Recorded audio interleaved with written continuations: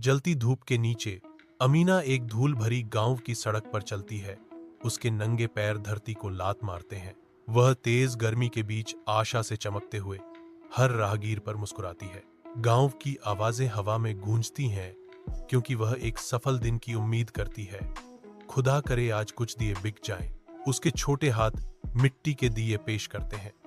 हर एक कठोर परिदृश्य के खिलाफ प्रकाश का एक प्रतीक है। उसकी आंखों में कड़ी मेहनत और अटूट आशावाद का मिश्रण झलकता है जो ऊपर सूरज की तरह चमकता है। रात की शांति में अमीना की छोटी सी झोपड़ी धुंधली रोशनी से जगमगा रही है जो कमरे में लंबी परछाइयां डाल रही है। उसकी मां बिस्तर पर शांत पड़ी है।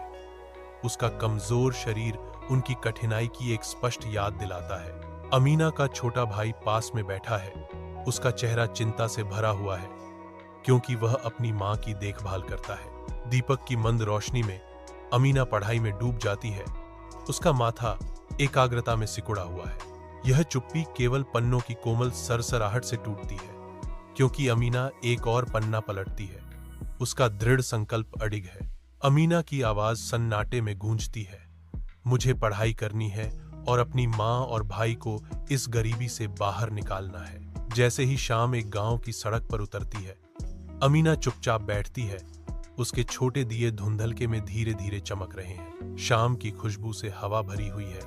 तेल के लैंप की खुशबू धीरे धीरे मिल रही है। एक दयालु अजनबी आता है। उसका चेहरा चिंता से भरा हुआ है क्योंकि वह अमीना को देखता है। अजनबी दिल से उदारता से कहता है, मैं तुम्हारी पढ़ाई का खर्चा उठाऊंगा। तुम मेहनत करो और अपने सपने पूरे करो। अमीना उसकी दयालुता से प्रभावित होकर विस्मय से जवाब देती है, आप फरिश्ते हैं।